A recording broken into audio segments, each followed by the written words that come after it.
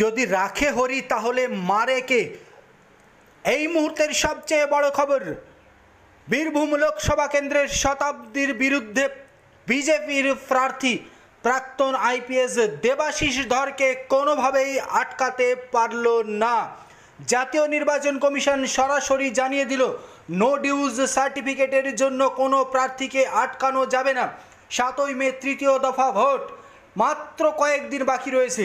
দেবাশিস ধরকে নিয়ে টালবাহানা চলছিল, বিকল্প প্রার্থী ঠিক করে ফেলেছিল শুভেন্দুরা, কিন্তু এই মুহূর্তে কমিশনের তরফে নির্দেশিকা জারি করে জানানো হলো, প্রার্থী হওয়ার ক্ষেত্রে কারো নো ডিউজ সার্টিফিকেট আটকে রাখা যাবে না।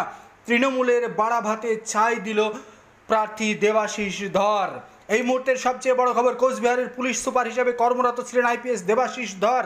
21-এর বিধানসভা ভোটে কোচবিহারের শীতলকুচি কাণ্ডের পর তাকে সাসপেন্ড করে রাজ্য প্রশাসন। পরে সাসপেনশন প্রত্যাহার হলেও কম্পালসারি ওয়েটিং লিস্টে রাখা হয় দেবাশিস ধরকে। দেবাশিস ধরের বিরুদ্ধে রাজ্য সরকারের বিভাগীয় তদন্ত চলছে। এই অজুহাতেই নাকি ডিউজ সার্টিফিকেট দেওয়া হয়নি, এমনটাই অভিযোগ করেছিলেন দেবাশিস ধর।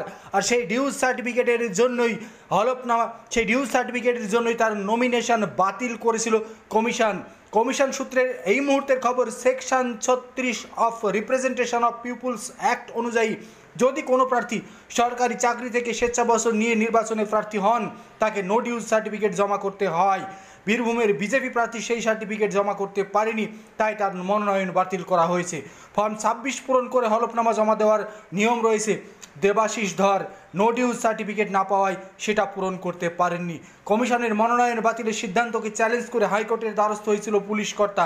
সেখানে ধাক্কা খেয়েছিল, কিন্তু দমে যাননি তিনি। তার বক্তব্য ছিল, সুপ্রিম কোর্টের ছাড়পত্র থাকার পরও তার প্রার্থীপদ বাতিল হয়েছে। সুপ্রিম কোর্ট তাকে সেই মামলায় কমিশনের কাছে যাওয়ার নির্দেশ দেন। এরপরে কমিশনের তরফে নির্দেশিকা জারি করে জানানো হলো, প্রার্থী হওয়ার ক্ষেত্রে কারো নো ডিউজ সার্টিফিকেটে তাকে আটকে রাখা যাবে না। এই মুহূর্তের সবচেয়ে বড় খবর, ফের প্রার্থীপদ ফিরে পেলেন। এবার কার্যত বড় সড়ো চমক এবং বড় সড়ো ধাক্কা শতাব্দী এবং তৃণমূলের জন্য।